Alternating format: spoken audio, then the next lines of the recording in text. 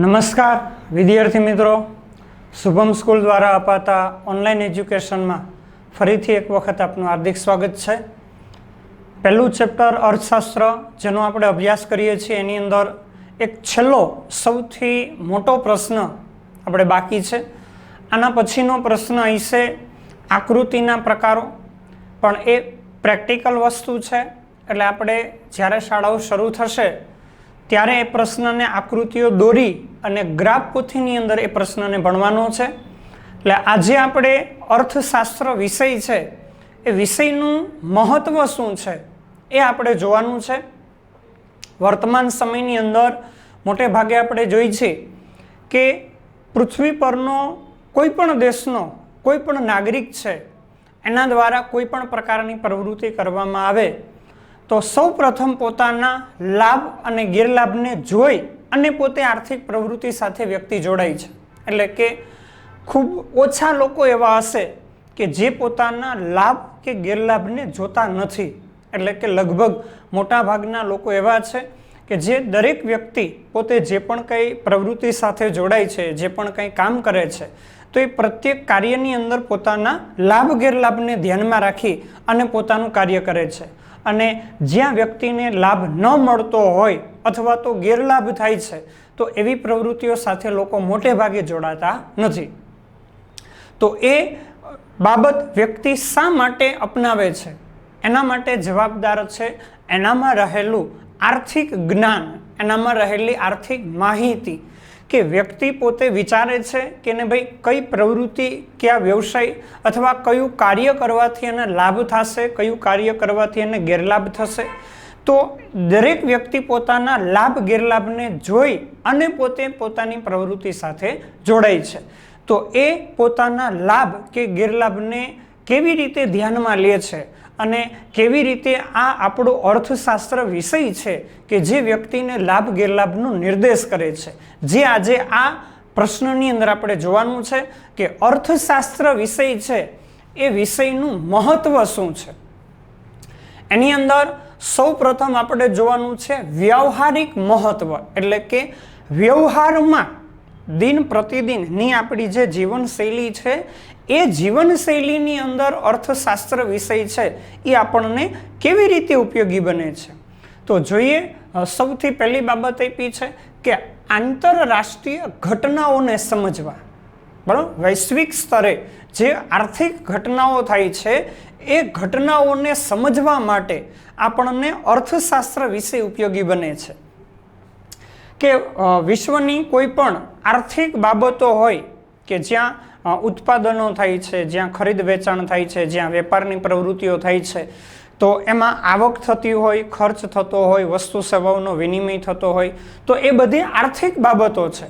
અને એ આર્થિક બાબતો છે એ જ આંતરરાષ્ટ્રીય ઘટનાઓને અસર કરે છે। એટલે કે કોઈ એક દેશમાં જે પણ કંઈ આર્થિક પ્રવૃત્તિઓ છે એને કારણે જ આંતરરાષ્ટ્રીય બજારની અંદર ફેરફારો થાય। માનો કે ખનિજ તેલથી સમૃદ્ધ ઓપેક રાષ્ટ્રો છે, Organization of Petroleum Exporting Countries, બરાબર, જે 12મા ધોરણની અંદર આપણે આવશે કે ખનિજ તેલની નિકાસ કરતા દેશોનો સમૂહ, જેમાં Iraq, Iran, Kuwait, Saudi Arabia, આ બધા દેશોનો સમાવેશ થાય છે।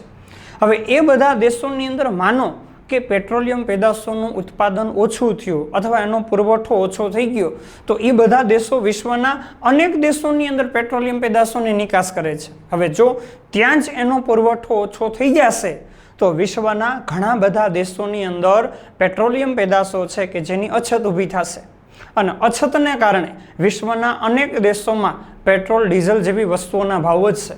અને પેટ્રોલ, ડીઝલ એવી વસ્તુ છે કે એના ભાવમાં વધારો થાય તો એને કારણે અનેક વસ્તુઓની કિંમતો વધી શકે છે। શા માટે?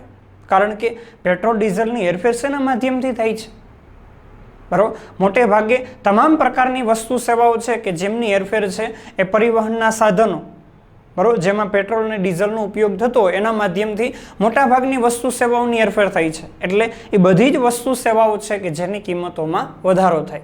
એટલે કોઈ પણ દેશની આર્થિક બાબતો છે એ આર્થિક બાબતો જ આંતરરાષ્ટ્રીય ઘટનાઓને અસર કરે છે। ધારો કે ભાઈ અમેરિકા છે, ઘણા બધા ઉદાહરણો તમે એની અંદર લખ્યા છે કે અમેરિકા છે તો એ અમેરિકા શા માટે સુપર પાવર છે? અમેરિકા શા માટે સુપર પાવર દેશ ગણાય છે? અત્યારે આપણે જોઈએ છીએ કે વૈશ્વિક સ્તરે કોઈ પણ બે દેશો વચ્ચેના સંઘર્ષો હોય, યુદ્ધની પરિસ્થિતિ હોય તો એમાં મધ્યસ્થી તરીકે અમેરિકા આવે છે. શા માટે? કારણ કે અમેરિકા એક લોકતંત્ર ધરાવતો એવડો વિશાળ દેશ છે, લોકશાહી ધરાવતો વિશાળ દેશ છે, પ્લસ બીજા નંબરમાં આર્થિક રીતે દેશ સમૃદ્ધ છે, સંરક્ષણની દ્રષ્ટિએ સમૃદ્ધ દેશ છે. ત્યાર પછી એમની શાસન વ્યવસ્થા, એમનું વ્યવસ્થા તંત્ર છે એ પણ એટલું મજબૂત છે. એટલે અમેરિકા છે એ સુપર પાવર દેશ કહી શકાય કે ઉદ્યોગ ક્ષેત્રની અંદર, ટેકનોલોજીની અંદર, સંરક્ષણ ક્ષેત્રની અંદર ખૂબ જ આગળ પડતો દેશ છે. એટલે અમેરિકા છે કે જેને આપણે સુપર પાવર દેશ કહી શકીએ. એવી જ રીતે વિશ્વના વિવિધ દેશો, ધારો કે ભાઈ ભારત છે, ચીન છે, ઓસ્ટ્રેલિયા છે, તો આ બધા વિશ્વના વિશાળ દેશો, મોટા લોકતંત્ર ધરાવતા દેશો છે, મોટી અર્થવ્યવસ્થાઓ ધરાવતા દેશો છે. તો America, Japan, Germany, England, France, Bharat, Australia બધા વિશ્વના ખૂબ જ મોટા અર્થતંત્રો ધરાવતા દેશો છે. એ દેશોની સમાનતા શું છે? તો સમાનતા આપણે જોઈએ કે ભાઈ ચીન છે એનું અર્થતંત્ર જે ગતિથી આગળ વધે છે એ જ ગતિથી ભારતનું અર્થતંત્ર આગળ વધે છે. બંને દેશોની વિકાસની ગતિ પ્રમાણમાં સમાન છે. પછી એ બંને વચ્ચેનો તફાવત શું છે? તો કે ભારત છે એ લોકશાહી દેશ છે, ચીન છે એ સામ્યવાદી અર્થવ્યવસ્થા ધરાવતો દેશ છે. તો એ બંને વચ્ચેનો તફાવત થયો. તો આવી રીતે વિશ્વના વિવિધ દેશો હોય એ દેશો વચ્ચે તફાવત શું છે, એમની વિવિધતા શું છે, એમની સમાનતા શું છે, સામ્યતા શું છે, એ અર્થશાસ્ત્ર વિશે આપણને દર્શાવે છે. પછી એનાથી આગળ ઉદાહરણ તમે લખ્યું છે કે વિશ્વનો કયો દેશ મૂડીવાદી અર્થવ્યવસ્થા ધરાવે છે? તો અમેરિકા છે કે જે તમે 10મા ધોરણની અંદર ભણ્યા છો કે મૂડીવાદી અર્થતંત્ર ધરાવતો દેશ હતો. વર્તમાન સમયમાં તો એમાંય લોકશાહીને વધારે પ્રાધાન્ય આપ્યું છે, એટલે કે ઘણી બધી છૂટછાટો આપવામાં આવી છે. પણ મૂડીવાદી અર્થવ્યવસ્થા કોને કહેવાય? તો કે જે અર્થવ્યવસ્થાની અંદર ઉત્પાદનના બધા જ સાધનો છે કે જેની માલિકી ખાનગી ક્ષેત્રની હોય, વ્યક્તિગત માલિકી ના હોય, પ્લસ બધા જ આર્થિક નિર્ણયો છે એ વ્યક્તિ સ્વતંત્ર રીતે લઈ શકતો હોય, તો એવી અર્થવ્યવસ્થાને મૂડીવાદી અર્થવ્યવસ્થા કહેવાય. પછી સામ્યવાદી અર્થવ્યવસ્થા ધરાવતો દેશ કયો છે? હમણાં આપણે વાત કરી કે ભાઈ ચીન છે તો એ સામ્યવાદી અર્થવ્યવસ્થા ધરાવતો દેશ છે. ચીન છે, પછી યુગોસ્લાવિયા છે, બલ્ગેરિયા છે, આ બધા દેશો છે કે સામ્યવાદી અર્થવ્યવસ્થા ધરાવતા દેશો છે. સામ્યવાદી અર્થવ્યવસ્થા તમે 10મા ધોરણની અંદર ભણ્યા છો. એટલે શું? તો કે જ્યાં ઉત્પાદનના સાધનોની માલિકી છે એ જાહેર ક્ષેત્રની, સરકાર હસ્તકની છે. ત્યાર પછી બધા જ આર્થિક નિર્ણયો છે એ રાજ્યતંત્ર દ્વારા, એટલે કે સરકારના અંકુશો હેઠળ લેવામાં આવતા હોય, તો એવી અર્થવ્યવસ્થાને સામ્યવાદી અર્થવ્યવસ્થા તરીકે ઓળખવામાં આવે.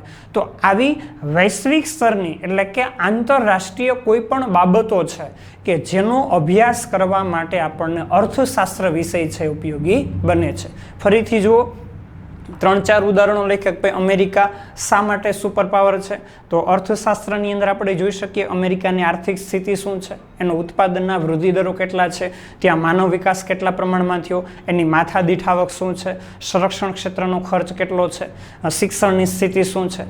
તો એ બધા આંકડાઓ તપાસી અને આપણે કહી શકીએ કે અમેરિકા એક સુપર પાવર દેશ છે. ત્યાર પછી વિશ્વના વિવિધ દેશો છે તો એ બધા દેશો વચ્ચેની સમાનતા શું છે, તફાવત શું છે, એ અર્થશાસ્ત્રને આધારે આપણે કહી શકીએ.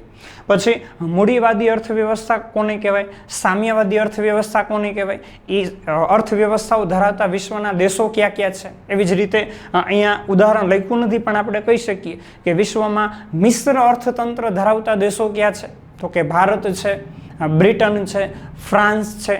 તો આ મિશ્ર અર્થતંત્ર ધરાવે છે કે જ્યાં જાહેર અને ખાનગી બંને ક્ષેત્રોનું સહઅસ્તિત્વ છે. તો આવી આંતરરાષ્ટ્રીય ઘટનાઓ હોય, એટલે કે બીજા દેશોની આખી અર્થવ્યવસ્થાઓ આપણે તપાસવી છે, એની આર્થિક સ્થિતિઓ આપણે તપાસવી છે, એની સમાનતા આપણે જોવી છે, એના તફાવતો આપણે જાણવા છે વિશ્વના વિવિધ દેશો વચ્ચેના, તો એના માટે અર્થશાસ્ત્ર વિશે આપણને ઉપયોગી બને છે. પછી બીજો મુદ્દો આપ્યો છે વ્યવહારિક મહત્વની અંદર ઐતિહાસિક ઘટનાઓને સમજવા. વિદ્યાર્થી મિત્રો, શરૂઆતની અંદર આપણે અમુક શાસ્ત્રોનો આપણે અભ્યાસ કર્યો હતો પહેલા જ લેક્ચરની અંદર કે ઇતિહાસ, ભૂગોળ, રાજ્યશાસ્ત્ર, સમાજશાસ્ત્ર આ બધા કોઈ એક ક્ષેત્રનું વિશિષ્ટ પ્રકારનું જ્ઞાન આપતા શાસ્ત્રો છે. એમાંથી આપણે અર્થશાસ્ત્રનો અભ્યાસ કરીએ છીએ, જેનો શાબ્દિક અર્થ મેં પહેલા જ લેક્ચરની અંદર તમને આપ્યો હતો કે અર્થ એટલે નાણું અને શાસ્ત્ર એટલે પદ્ધતિસરનું જ્ઞાન. આમ નાણાંનું પદ્ધતિસરનું જ્ઞાન આપતું શાસ્ત્ર એટલે અર્થશાસ્ત્ર. તો એ અર્થશાસ્ત્ર ઐતિહાસિક જે આર્થિક ઘટનાઓ છે, રાજકીય ઘટનાઓ છે, એનો પણ આપણને અભ્યાસ કરાવે છે. ઐતિહાસિક એટલે વીતી ગયેલી જે બાબતો છે એ વીતી ગયેલી બાબતોનો પણ આપણને અભ્યાસ સમજાવે છે, જેની અંદર ઘણા બધા ઉદાહરણો લખ્યા છે. શરૂઆતની અંદર આપણે જો 8મા 9મા ધોરણના ઇતિહાસની અંદર તમે ભણીને આવ્યા છો કે ગરમ મસાલાના ભાવ છે એ વધ્યા હતા. ઈસ્ટ ઇન્ડિયા કંપની ભારતની અંદર આવી હતી, અંગ્રેજોનું શાસન ભારતની અંદર હતું, ભારતના લોકોએ બ્રિટિશ સરકારનો, અંગ્રેજોના શાસનનો વિરોધ કર્યો હતો. આ બધી આઝાદી પહેલાંની ઐતિહાસિક ઘટનાઓ છે. તો ગરમ મસાલા છે એના ભાવ શા માટે વધ્યા? એલચી છે, લવિંગ છે, તજ છે, આ બધા ગરમ મસાલા જેને આપણે કહી છે, તો એ બધા ગરમ મસાલાના ભાવ શા માટે વધ્યા હતા? કારણ કે યુરોપની અંદરથી પોર્ટુગીઝો જે ભારતની અંદર સૌ પ્રથમ વેપાર કરવાના હેતુથી ભારતની અંદર એને પ્રવેશ કર્યો હતો. ત્યાર પછી ઘણી બધી વિદેશી પ્રજાઓ આવી, પોર્ટુગીઝો પછી ડચ લોકો આવ્યા, ફ્રેન્ચો આવ્યા, બરાબર, ત્યાર પછી છેલ્લે અંગ્રેજો આવ્યા. તો એ બધા યુરોપના દેશોમાંથી આવ્યા, અને યુરોપના દેશો એટલે શીત કટિબંધની અંદર આવતા દેશો છે. તમે ભૂગોળનો પણ અભ્યાસ કર્યો છે એટલે તમને વિશિષ્ટ જ્ઞાન હોય. તો શીત કટિબંધ એટલે કે ઠંડા પ્રદેશો હતા, અને એ ઠંડા પ્રદેશોની અંદર ગરમ કપડાં અને ગરમ ખોરાકની માંગ વધારે હોય. તો એ વિદેશી પ્રજાઓ જે ભારતમાં આવી હતી એને ભારતમાંથી ગરમ મસાલા ખૂબ જ મોટા પ્રમાણમાં સરળતાથી મળી શકતા હતા, એટલે એણે વધારે માંગ કરી. ભારતમાંથી મોટા જથ્થામાં એ પોતાના દેશોની અંદર એને વેપાર શરૂ કર્યો હતો. એટલા માટે ગરમ મસાલા છે કે તજ હોય, એલચી, લવિંગ, આ બધા ગરમ મસાલા છે એની માંગ વધી, એની કિંમતોમાં વધારો થયો હતો. પછી ઈસ્ટ ઇન્ડિયા કંપની છે એની સ્થાપના શા માટે થઈ હતી? એ ભારતની અંદર વેપાર કરવા માટે શા માટે આવી? કારણ કે એમને શરૂઆતની અંદર માત્ર વેપાર કરવાના હેતુથી ભારતની અંદર આવી હતી, અને ત્યાર પછી ઈસ્ટ ઇન્ડિયા કંપની અને અંગ્રેજ સરકાર છે કે જેમણે ભારતની અંદર આખી સત્તા છે એ સત્તા પ્રાપ્ત કરી હતી, જે તમે ઇતિહાસની અંદર ભણી ચૂક્યા છો. એનું કારણ કે ભારત એ સમયની અંદર સોને કી ચિડિયાના નામથી ઓળખાતો દેશ હતો. તમે ઇતિહાસની અંદર ભણી ચૂક્યા છો. કારણ કે તમામ પ્રકારના કુદરતી સંસાધનો છે, તમામ પ્રકારની ચીજ વસ્તુઓ છે કે જે વિશ્વના એક પણ દેશોની અંદર ન મળતી, એ ભારતની અંદર એ સમય ઉપલબ્ધ બનતી હતી. એટલા માટે વેપાર કરવાના હેતુથી ઈસ્ટ ઇન્ડિયા કંપની લગભગ ઈસવીસન 1600ની અંદર એની સ્થાપના થઈ હતી. એને વેપાર શરૂ કર્યો, અને ત્યાર પછી પ્લાસીના યુદ્ધ પછી, બક્સરના યુદ્ધ પછી એ ભારતની અંદર એમણે સામ્રાજ્ય બ્રિટિશ સરકારે પ્રાપ્ત કર્યું. અને બ્રિટિશ સરકારના હાથની અંદર જ્યારે સામ્રાજ્ય ભારતનું પ્રાપ્ત થયું ત્યાર પછી ભારતની ખેતી ક્ષેત્રની જે પરિસ્થિતિ હતી એ પરિસ્થિતિ છે ખૂબ જ નબળી બનતી ગઈ છે. કારણ કે તમે આગળ અભ્યાસ કર્યા હશો કે ખેતી ક્ષેત્રની અંદર બ્રિટિશ સરકારે જમીનદારી પ્રથા દાખલ કરી હતી, જેની અંદર જમીનદાર, જે જમીનનો માલિક છે, એમની પાસેથી વધારે મહેસૂલ ઉઘરાવતી હતી. એટલે જમીનદારો હોય એ ખેડૂતો પાસેથી વધારે ભાડું વસૂલ કરતા હતા. એટલે જે સાચો જમીનનો ખેડનાર વર્ગ હતો, ખેડૂત વર્ગ, એનું શોષણ થતું હતું. એટલે ખેતીની સ્થિતિ છે એ દિન પ્રતિદિન બગડતી ગઈ હતી. તો એને કારણે બ્રિટિશ શાસન છે કે જેનો ભારતના લોકો દ્વારા વિરોધ કરવામાં આવ્યો હતો. આ ઉપરાંત વસ્તુ કે સેવાઓ હોય એનો ભાવ વધારો શા માટે થતો હોય છે? કારણ કે ઘણી બધી વખત આપણે જોતો હોય કે જેટલી માંગ બજારની અંદર ઉપલબ્ધ હોય છે એના કરતાં પુરવઠો ઓછો હોય, તો એને કારણે વસ્તુ સેવા છે કે જેના ભાવમાં વધારો થાય. ત્યાર પછી સરકારના ઊંચા કરવેરા હોય કે ભાઈ જે ટેક્સ ચૂકવવામાં આવે છે એમાં સરકાર વધારો કરશે તો વસ્તુ સેવાનો ઉત્પાદન ખર્ચ વધે છે, અને ઉત્પાદન ખર્ચ વધે એટલે વસ્તુની કિંમતો વધવાની છે. પછી અછત સર્જાય કે ખૂબ જ મોટા પ્રમાણની અંદર ખૂબ જ લાંબા સમય સુધી જરૂરિયાતની કોઈ વસ્તુ કે સેવાઓ છે ઉપલબ્ધ ન બનતી હોય તો એ સાર્વત્રિક અછત છે.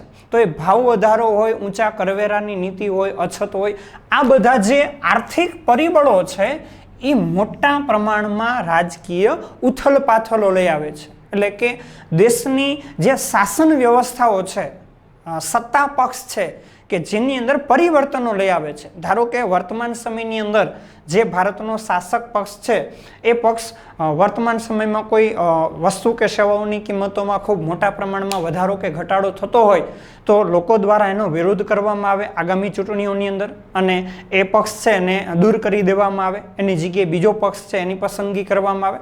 તો એવી ઘણી બધી આર્થિક બાબતો છે કે જે બાબતો રાજકીય ઉથલપાથલો લઈ આવે છે. તો આવી રીતે કોઈ ઐતિહાસિક ઘટનાઓ છે એ ઘટનાઓને સમજવા માટે, ધારો કે અહીંયા હમણાં આપણે વાત કરી કે ભાઈ ભારતના લોકોએ અંગ્રેજોનો વિરોધ નથી કર્યો. વિરોધ શેનો કર્યો હતો? બરોબર, અંગ્રેજ સરકારનો વિરોધ કર્યો હતો, એના શાસનનો વિરોધ કર્યો હતો. શા માટે? કારણ કે એના શાસનથી ભારતના લોકોને અન્યાય થતો હતો, ભારતની ખેતી બગડતી જતી હતી, ભારતનો જે વિદેશો સાથેનો વેપાર હતો એમાં ભારતના લોકોને નુકસાન થતું હતું. કારણ કે ભારતમાંથી જો નિકાસ કરવામાં આવતી હતી તો એના ઉપર ઊંચા કરવેરા ચૂકવવા પડતા હતા, વિદેશોમાંથી વસ્તુ આવે તો એના ઓછા કરવેરા ચૂકવવા પડતા હતા. તો આવી જે બ્રિટિશ સરકારની નીતિ હતી એને કારણે અંગ્રેજ સરકાર છે કે જેનો ભારતના લોકો દ્વારા વિરોધ કરવામાં આવ્યો હતો. તો આવા આર્થિક પરિબળો હોય એ રાજકીય ઉથલપાથલો લઈ આવે છે, જે ઇતિહાસની અંદર આપણે જોયું છે. તો આ થયું વ્યવહારિક મહત્વ, બે બાબતો, એક આંતરરાષ્ટ્રીય ઘટનાઓને સમજવા અને બીજું ઐતિહાસિક ઘટનાઓને સમજવા માટે. હવે એનાથી આગળ આપણે જોવાનું છે અર્થશાસ્ત્ર વિષય છે એનું આર્થિક મહત્વ શું છે. કેવું મહત્વ? આર્થિક મહત્વ શું છે? તો એમાં બે મુદ્દાઓ આપ્યા છે. એક છે રોજબરોજના વ્યક્તિગત નિર્ણયો લેવા માટે.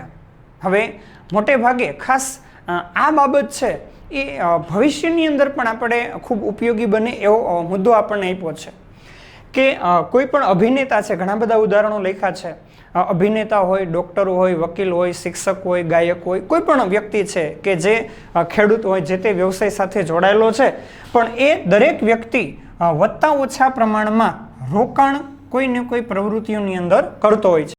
ધારો કે ખેડૂત છે તો એ જે પણ કંઈ ખેતીના વ્યવસાયમાંથી આવક મેળવશે એમાંથી પોતાની જમીન છે એમાં કોઈક સુધારા કરશે, કૂવા બનાવે છે, ટ્રેક્ટરોની ખરીદી કરે છે, તો એક પ્રકારનું ઇન્વેસ્ટમેન્ટ એણે કર્યું છે. એવી જ રીતે ધારો કે કોઈ અભિનેતા છે કે જે પોતાની ફિલ્મોમાંથી સારી આવક મેળવે છે તો એ જમીનમાં પોતાના નાણાં રોકશે, મકાનોની અંદર પોતાના નાણાં રોકશે, કોઈ વ્યક્તિ સોનાની ખરીદી કરશે, કોઈ વ્યક્તિ જે તે કંપનીઓના શેરની ખરીદી કરશે. તો એ બધું એક પ્રકારનું રોકાણ થયું છે.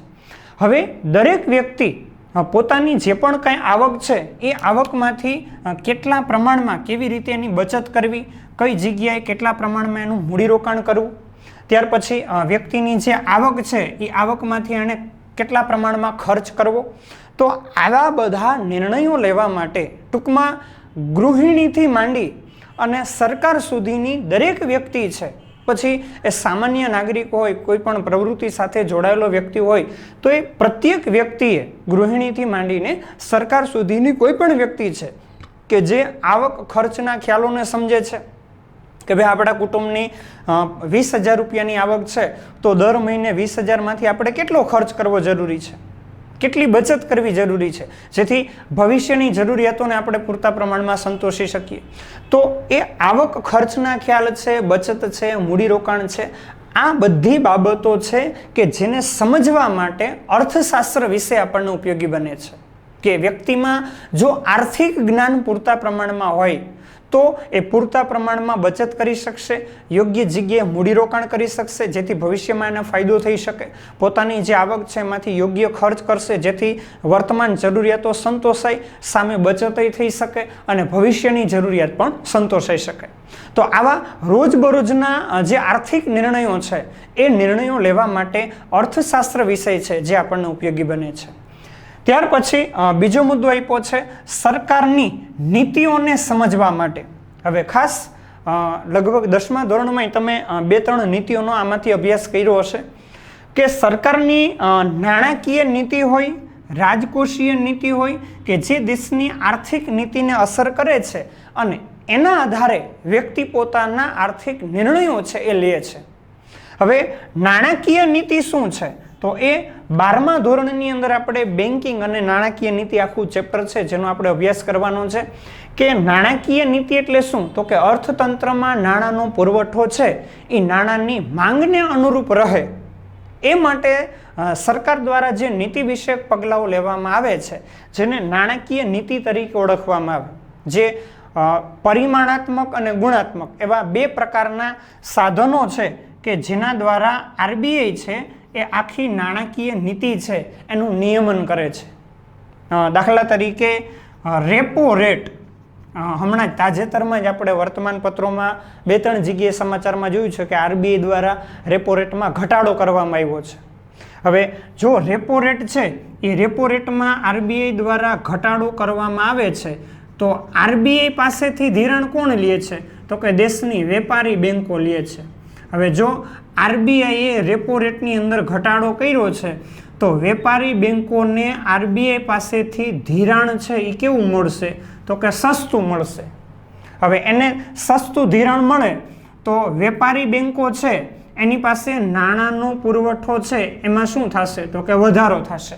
અને વેપારી બેન્કો પાસે નાણાંનો પુરવઠો વધારે હોય તો વેપારી બેન્કો પાસેથી ધિરાણ કોણ લે છે? તો કે આપણા જેવા સામાન્ય નાગરિકો. એટલે લોકોને નીચા વ્યાજના દરે વેપારી બેન્કો છે એ ધિરાણ આપશે, એટલે લોકો વધારે ધિરાણ લેશે. તો રેપો રેટમાં ઘટાડો થયો તો અર્થતંત્રમાં નાણાંના પુરવઠામાં શું થયું? વધારો. બરાબર? એટલે આ આખી નાણાકીય નીતિ છે એના રેપો રેટ જેવા પરિમાણાત્મક 7 સાધનો આવે અને 4 ગુણાત્મક સાધનો આવે છે કે જેનાથી આખી નાણાકીય નીતિ છે એનું નિયમન થાય. પછી રાજકોષીય નીતિ કે રાજ્યની અથવા તો દેશની આવક અને ખર્ચ અંગેની નીતિ, જેને રાજકોષીય નીતિ તરીકે ઓળખવામાં આવે છે. પછી એ રાજકોષીય નીતિ હોય, નાણાકીય નીતિ હોય, એ બધી નીતિ દેશની આર્થિક નીતિને અસર કરે છે. આર્થિક નીતિ તમે ભણીને આવ્યા છો, ઉદારીકરણ, ખાનગીકરણ અને વૈશ્વિકીકરણ, 1991ના નવા આર્થિક સુધારા. બરાબર? તો આર્થિક નીતિ એટલે શું? તો કે અર્થતંત્રના વિવિધ ક્ષેત્રોના વિકાસ માટે સરકાર દ્વારા જે પગલાઓ લેવામાં આવે એને આર્થિક નીતિ કહેવાય. દાખલા તરીકે શિક્ષણ ક્ષેત્રના વિકાસ માટે સરકાર જે પગલાં લે છે એ શૈક્ષણિક નીતિ છે. ઉદ્યોગ ક્ષેત્રના વિકાસ માટે સરકાર જે પગલાઓ લે છે એ ઔદ્યોગિક નીતિ છે. તો ઉદ્યોગ હોય, શિક્ષણ હોય, આરોગ્ય હોય, આ બધા જ ક્ષેત્રો છે જે દેશના વિકાસ માટે જરૂરી છે. અને બધા ક્ષેત્રોના વિકાસ માટે સરકાર જે પગલાં લે છે એને આર્થિક નીતિ કહેવાય. એમાં છેલ્લા સુધારા ક્યારે કર્યા હતા? તો કે 1991ના વર્ષમાં.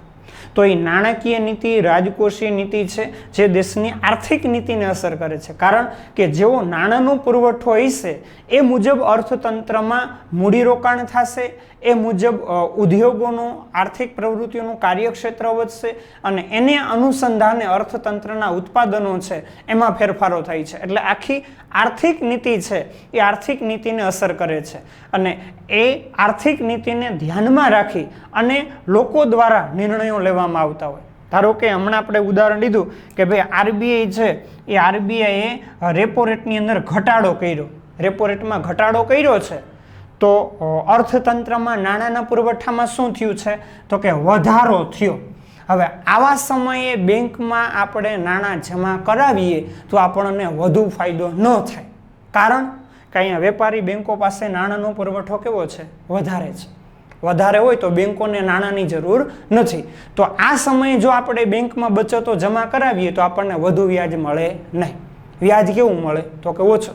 તો આવા સમયની અંદર બેંકમાં નાણાં જમા કરાવવા જવાય નહીં. બીજી જગ્યાએ ઇન્વેસ્ટમેન્ટ કરો કે જ્યાં બેંક કરતાં વધુ વળતર આપણને મળી શકતું હોય. એટલે આવા વ્યક્તિએ નિર્ણયો લેવા છે તો એના માટે આર્થિક નીતિમાં જે ફેરફારો થાય છે એને આપણે ધ્યાનમાં લેવા પડે અને એને અનુસંધાને આર્થિક નિર્ણયો છે સરળતાથી વ્યક્તિ લઈ શકે. ત્યાર પછી છેલ્લે આપણે જોવાનું છે અર્થશાસ્ત્રનું વ્યવસાયિક મહત્વ. વ્યવસાયિક મહત્વ એટલે કે ઉદ્યોગ ધંધાની અંદર અથવા તો આર્થિક પ્રવૃત્તિઓની અંદર અર્થશાસ્ત્ર વિશે આપણને કેવી રીતે ઉપયોગી બને છે. તો જુઓ કે આવક ખર્ચનો ખ્યાલ છે, માંગ પુરવઠાનો ખ્યાલ છે. આ ખ્યાલ દરેક વ્યવસાય સાથે જોડાયેલો છે કે કોઈ પણ એકમ છે એ એકમ પોતાની જેટલી આવક હશે એ મુજબ શું કરશે? તો કે ખર્ચ. જો આવક વધારે હશે તો વધારે ખર્ચ કરશે, તો વધારે ઉત્પાદનો કરી શકશે. આવકનું પ્રમાણ ઘટ્યું છે એ જ બાબત વ્યક્તિને પણ લાગુ પડે છે. બરાબર, કે ભાઈ વ્યક્તિની આવક ઓછી છે તો એના દ્વારા ખર્ચ ઓછો થશે, અને જો આવકમાં વધારો થયો તો ખર્ચમાં શું થશે, તો કે એમાંય વધારો થઈ શકે, બરાબર, કારણ કે આવક વધશે એટલે ખરીદ શક્તિ વધે છે. એવી જ રીતે વસ્તુ કે સેવાની માંગ વધશે તો પુરવઠામાં શું થશે, તો કે વધારો કરવો પડશે, કારણ કે માંગ વધી છે એટલે એકમો છે એ નફો મેળવવા માટે વધારે ઉત્પાદન કરી અને ચોક્કસ કિંમતે ચોક્કસ સમયે બજારની અંદર વેચાણ માટે એકમો મૂકશે તો પુરવઠો વધારે છે, બરાબર. તો આ આવક ખર્ચનો ખ્યાલ છે, માંગ પુરવઠાનો ખ્યાલ છે, એ ખ્યાલ દરેક વ્યવસાય સાથે જોડાયેલો છે, બરાબર. તો એ અર્થશાસ્ત્ર વિષયના માધ્યમથી આપણે જોઈ શકીએ. આ આવક ખર્ચનો ખ્યાલ છે આપણે 5મા ચેપ્ટરની અંદર આવશે, પછી માંગ એ 3જું ચેપ્ટર છે, પુરવઠો એ 4થું ચેપ્ટર છે, બરોબર. પછી એનાથી આગળ કીધું છે કે વસ્તુ કે સેવાની કિંમત નિર્ધારણ. તો કિંમત મુખ્યત્વે આ બે પરિબળોને આધારે નક્કી થાય, માંગ અને પુરવઠાને આધારે, બરોબર. કે જો બજારની અંદર વસ્તુ કે સેવાની માંગ છે એ પ્રમાણમાં વધારે છે અને પુરવઠો ઓછો હોય તો કિંમતમાં શું થશે, તો કે વધારો, બરોબર. કારણ કે આ બંને વચ્ચે વ્યસ્ત સંબંધ છે, બરોબર. જો માંગ વધારે છે અને એકમો બજારમાં ઉપલબ્ધ નથી એટલે કે પુરવઠો ઓછો હોય તો ગ્રાહકોએ વધારે કિંમત ચૂકવવી પડશે, અને એનાથી વિરુદ્ધ જો માંગ ઓછી છે અને પુરવઠો વધારે છે તો કિંમતમાં શું થશે, તો કે ઘટાડો થશે. તો એ બંને વચ્ચે વ્યસ્ત સંબંધ છે. કિંમત નિર્ધારણ વસ્તુ કે સેવાની કિંમત છે શેના આધારે નક્કી થઈ છે, તો કે બજારમાં વસ્તુની માંગ કેટલી છે અને બજારમાં વસ્તુનો પુરવઠો કેટલો છે એના આધારે નક્કી થઈ છે. પછી ઉત્પાદનના સાધનો છે, પછી કાચો માલ છે, એનું ખરીદ વેચાણ કેવી રીતે થાય છે, કેટલા પ્રમાણમાં થાય છે, કઈ કિંમતે થાય છે, પછી એની ખરીદી છે એની અંદર વસ્તુ કે સેવાના કયા કયા એકમો કેટલા પ્રમાણમાં ઉપલબ્ધ બની શકે એમ છે પ્રવર્તમાન સમયની અંદર બજારની અંદર. પછી એનાથી આગળ કીધું કર્મચારીઓના વેતન છે એમાં કેવી રીતે વધારો કરવામાં આવે છે. તો એની અંદર મોટે ભાગે આપણે જોઈ છે કે શ્રમિકોની કાર્યક્ષમતાને ધ્યાનમાં લેવામાં આવે છે, કે વધારે કાર્યક્ષમ શ્રમિકો હોય તો એને વધારે વેતનો ચૂકવવામાં આવે છે, સમયાંતરે એના વેતનોમાં ફેરફાર કરવામાં આવે છે.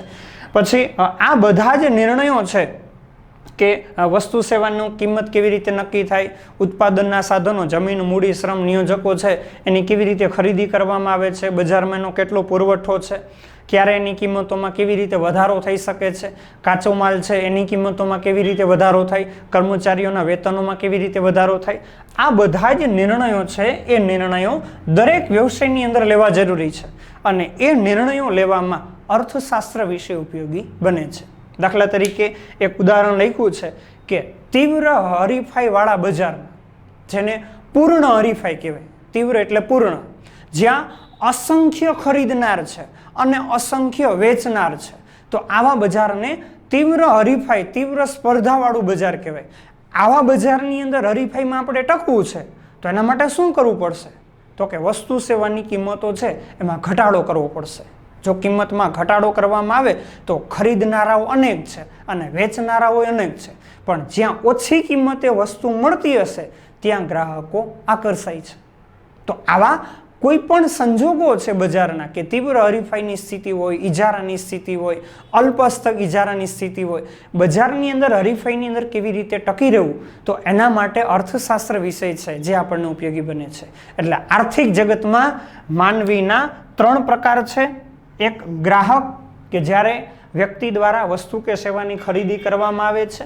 બીજું છે ઉત્પાદક, કે જ્યારે વસ્તુ સેવાનું ચોક્કસ એકમના માધ્યમથી ઉત્પાદન કરવામાં આવે, એમાં વ્યક્તિ પોતાના શારીરિક શ્રમનો ઉપયોગ કરતો હોય, માનસિક શ્રમનો ઉપયોગ કરતો હોય, ટેકનોલોજીનો ઉપયોગ કરતો હોય. અને ત્રીજું છે શ્રમિક, એટલે કે જ્યારે શારીરિક અથવા તો માનસિક કાર્ય કરે છે. તો આર્થિક જગતમાં માનવીના કેટલા પ્રકાર છે, તો કે 3 પ્રકાર છે. ક્યાં ક્યાં, તો કે ગ્રાહક, ઉત્પાદક અને શ્રમિક, બરોબર. અહીંયા પહેલા ચેપ્ટરના બધા મોટા પ્રશ્નો છે એ આપણે પૂર્ણ કર્યા છે. ફરીથી એકવાર જોઈ લ્યો અર્થશાસ્ત્ર વિષયનું મહત્વ. પહેલા વ્યવહારિક મહત્વ આવે, એમાં 2 મુદ્દા લખ્યા, આંતરરાષ્ટ્રીય ઘટનાઓને સમજવા, ઐતિહાસિક ઘટનાઓને સમજવા. પછી આર્થિક મહત્વ, એમાં 2 મુદ્દા, રોજબરોજના વ્યક્તિગત નિર્ણયો માટે અને સરકારની નીતિઓને સમજવા માટે. અને ત્રીજું છે વ્યવસાયિક મહત્વ, એટલે કે આર્થિક પ્રવૃત્તિઓની દ્રષ્ટિએ અર્થશાસ્ત્ર કેવી રીતે આપણને ઉપયોગી બને છે. અને છેલ્લે 1 માર્કનો પ્રશ્ન છે, આર્થિક જગતમાં માણસના પ્રકાર કેટલા છે, તો કે 3. ગ્રાહક, ઉત્પાદક અને શ્રમી. અહીંયા પહેલું ચેપ્ટર છે એ આપણે પૂર્ણ થઈ છે. સ્વાધ્યાયના 1 માર્કના વિકલ્પ અને 1 માર્કના પ્રશ્નો છે જેની PDF તમને મળેલી હશે, એટલે વ્યવસ્થિત લખી લેજો અને તૈયાર કરી લેજો. અહીંયા સુધી રાખીએ. નેક્સ્ટ લેક્ચરની અંદર બીજું ચેપ્ટર છે મૂળભૂત ખ્યાલો અને સંકલ્પનાઓ છે, જેનો આપણે પ્રારંભ કરશું. જય શ્રી કૃષ્ણ.